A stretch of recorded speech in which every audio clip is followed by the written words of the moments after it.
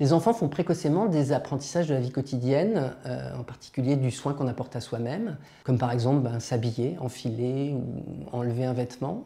Alors c'est une tâche finalement qui est plus complexe qu'il n'y paraît, hein. L'enfant doit faire preuve de raisonnement, il doit bien percevoir les choses et puis il doit avoir des habiletés motrices, hein, pour pouvoir s'habiller et se déshabiller. Il faut comprendre le vêtement. Les vêtements sont des choses bizarres avec des trous, des choses qui pendouillent. Et puis il faut bien le voir dans l'espace pour pouvoir le comprendre. Inverser les gestes qu'on voit faire par l'autre pour les faire soi-même. Il faut aussi de l'équilibre, il faut un peu de force. Donc c'est une tâche un peu complexe. On connaît bien l'âge à partir duquel 9 enfants sur 10 sont capables de réaliser une étape d'habillage. Et puis, vous les parents, vous êtes bien capables de dire ce que fait votre enfant en la matière, et un professionnel de santé pourra aisément vérifier ce qu'est capable de faire l'enfant. Donc c'est un bon repère de développement.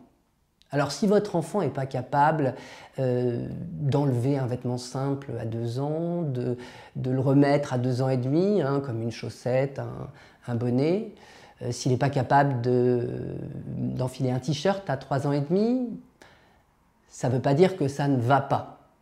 Ça témoigne seulement du fait que dans ce domaine-là, il tend à décaler ses apprentissages et ça justifie que vous vous posiez des questions ou qu'un professionnel de santé ou de la petite enfance se pose des questions.